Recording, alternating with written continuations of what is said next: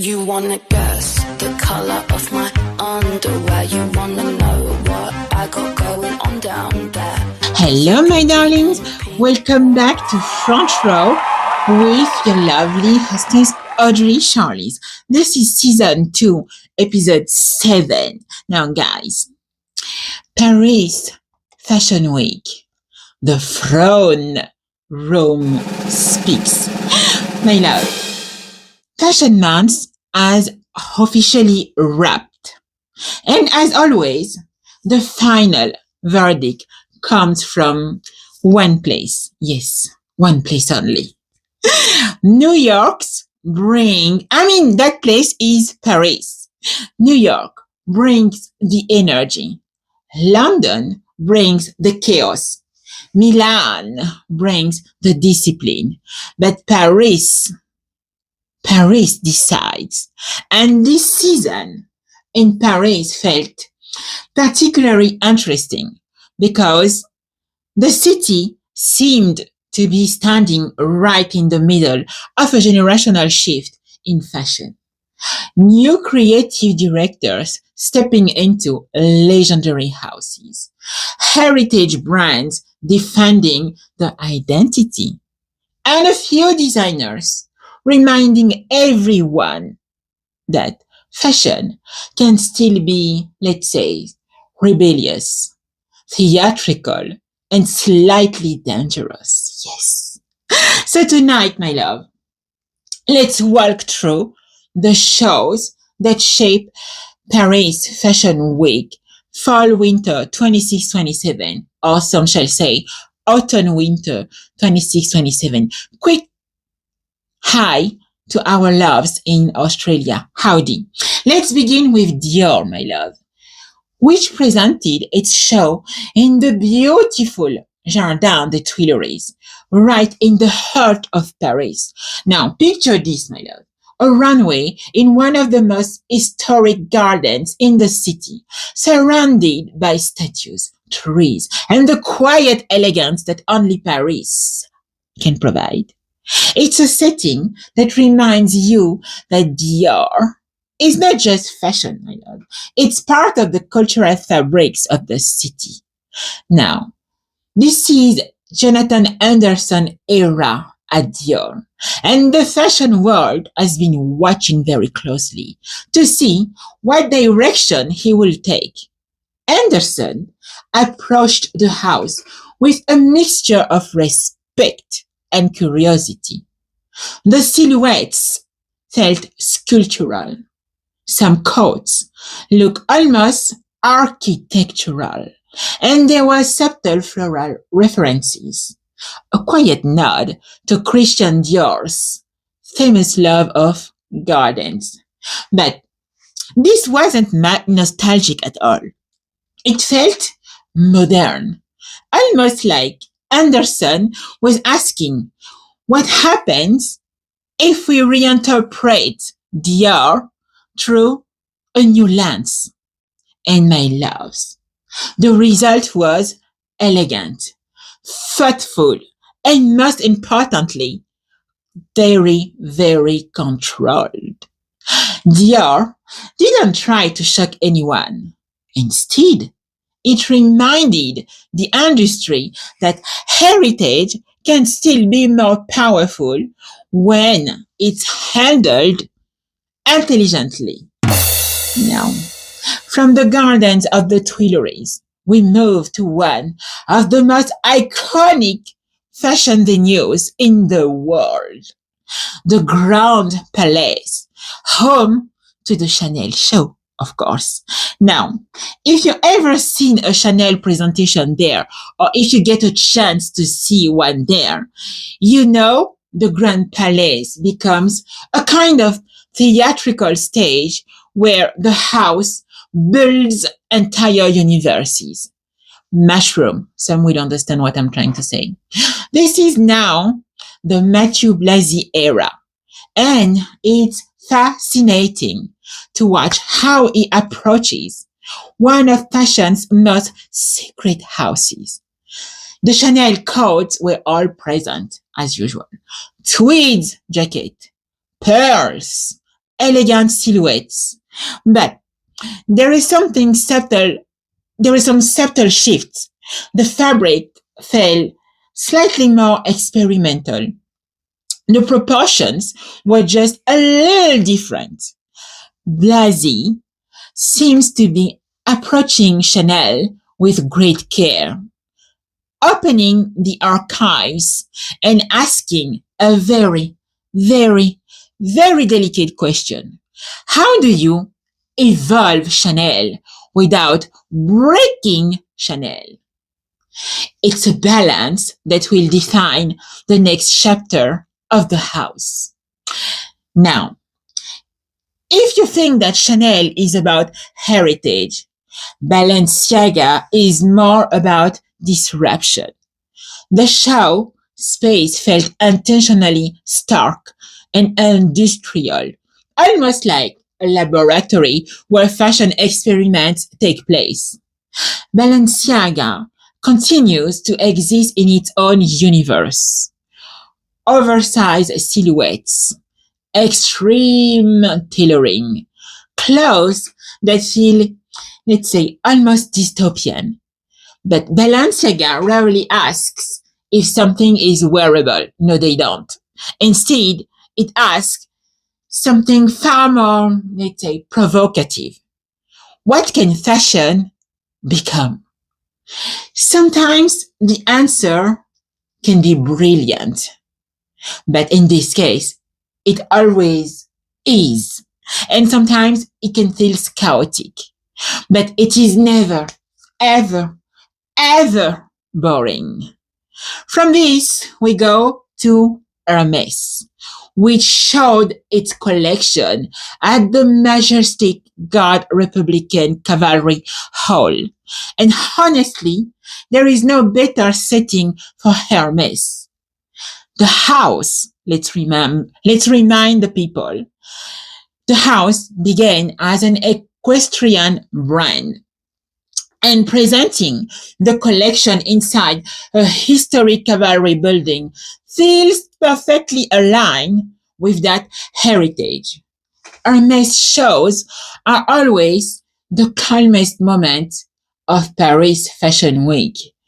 No, no spectacle, no gimmicks, just impeccable craftsmanship, beautiful materials, clothes designed with extraordinary precision. Hermès doesn't need to be loud or make chaos because the entire industry already knows what it represents.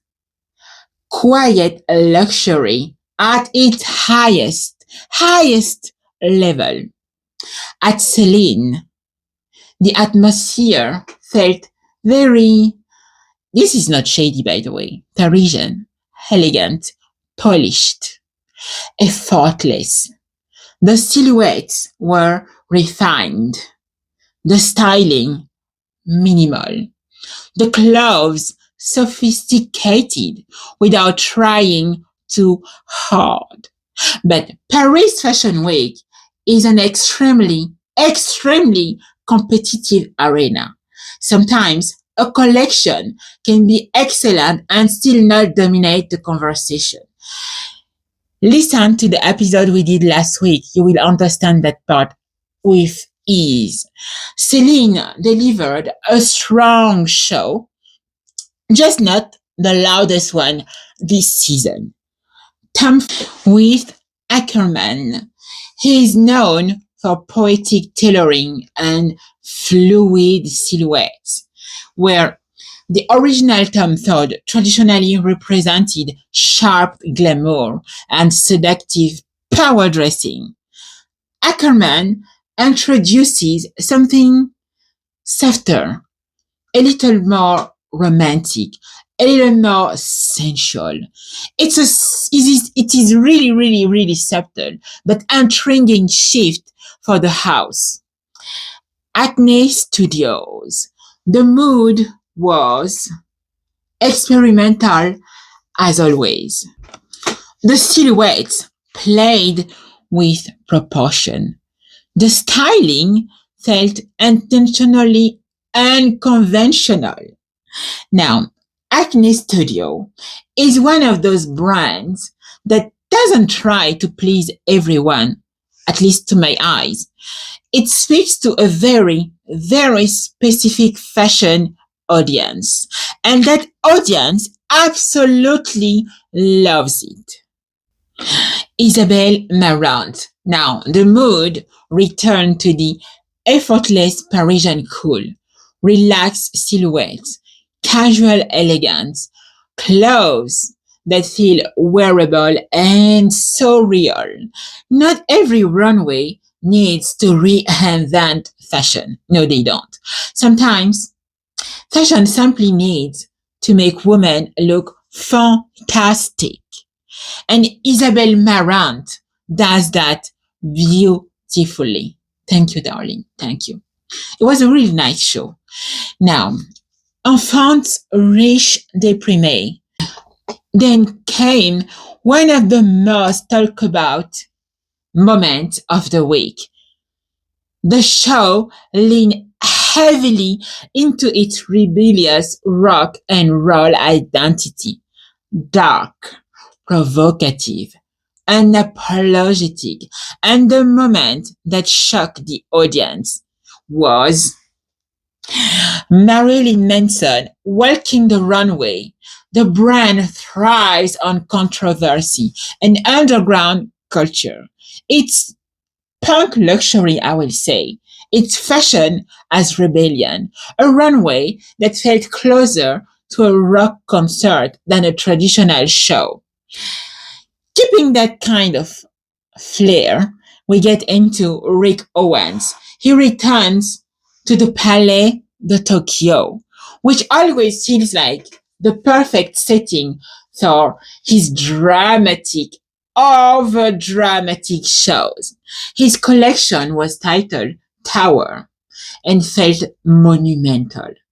Massive silhouettes, dark sculptural shapes, clothes that look almost like armor. Rick Owens doesn't simply design garments. No. He builds entire mythologies. Watching a Rick Owens show often feels less like attending Fashion Week and more like witnessing performance art. So brilliant, so powerful. Move on to Stella McCartney. The show had the most unexpected visual moment of the week. The presentation took place in a riding hall in the Bois de Boulogne. And yes, my love, there were real horses present during the show, which honestly felt like the most Stella McCartney things possible. Her brand has always focused on the relationship between fashion, nature, and animals. The clothes themselves remain true to Stella's DNA. Relaxed tailoring, modern silhouettes, sustainable luxury. But the horses gave the entire show a beautiful atmosphere, calm, grounded, almost poetic. A reminder that fashion can still feel connected to the real world. Lady Victoria Beckham. She delivered one of the most polished collection of the week. Sharp tailoring, fluid dresses, confident silhouettes. Over the years, she has quietly become one of the most consistent designers in fashion. Her collections feel elegant, precise, and incredibly wearable. Will be nice if she adds some plus size model in her collection. That will be really nice. And nobody is skinny all the time. Saint Laurent staged its show under the Paris skyline near the Eiffel Tower. A dramatic setting for a dramatic collection. Anthony Vaccarello delivered a runway dominated by power suits. I need to get one of them. Long silhouettes, sharp tailoring. The collection felt sleek, a word that we don't say more, confident, and unmistakably Saint Laurent. At Nina Ricci, by the way, let's thank Harris Reid for 3 years at the helm of Nina Ricci. His last collection continues to shape a romantic identity for the house. Flowing fabrics, elegant silhouettes, a kind of dreamy theatrical femininity. Nina Ricci feels like a brand rediscovering its voice. Unfortunately, he's gone. I'm not sure who is going to replace him, but I know we can still see him with his own brand, Harris Reid. Louis Vuitton. Finally, we arrive at the closing show of Paris Fashion Week. Let's put a pause on this and let's say that Schiaparelli show was great, very great, but I wasn't surprised because it seems to me it was the same thing over. So that's why I didn't take time to make a paragraph or write about it because it was nice. It's super elegant, but it's a bit repetitive. I'm not even surprised or shocked like I used to be. I need something different. Maybe it's the DNA of the house, but the collection was all right for me. Now, move on to Louis Vuitton. I'm sorry for that little disruption. Nicolas Ghesquière presented the collection Supernature, a mixture of travel, folklore, and futuristic fashion. Some critics loved the fantasy. Others found the concept slightly confusing. But Louis Vuitton always accomplishes one thing perfectly. It makes sure everyone is talking about. Now, before we close the show, and before we close Paris Fashion Week, there is one tiny thing that stood out this season. Paris felt like a week of transitions. New designers stepping into powerful houses, presenting the second to third collection. Young labels pushing boundaries, and heritage brands reminding us that they still define luxury. Fashion right now seems to be more searching for balance between heritage and innovation, between spectacle and craftsmanship, between fantasy and reality. Dior showed structure and legacy. Chanel is literally opening a new chapter and we are loving it. Balenciaga continues to challenge the role. Hermès remain the quiet definition of luxury. And designers like Rick Owens, Enfants Riches Déprimés, remind us that fashion can still be rebellious. Paris this season wasn't about one dominant trend. It was more about a question. What does the future of fashion actually look like? Why are still some designers living too much in the past? I don't know. And that was Paris Fashion Week Fall Winter 26-27, a season full of transition, new creative direction, and a reminder that the moment you think you understand fashion, Paris changes the rules again.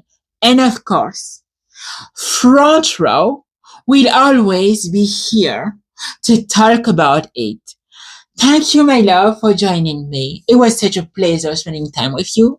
And until the next runway, stay fabulous, stay sharp, and stay front row.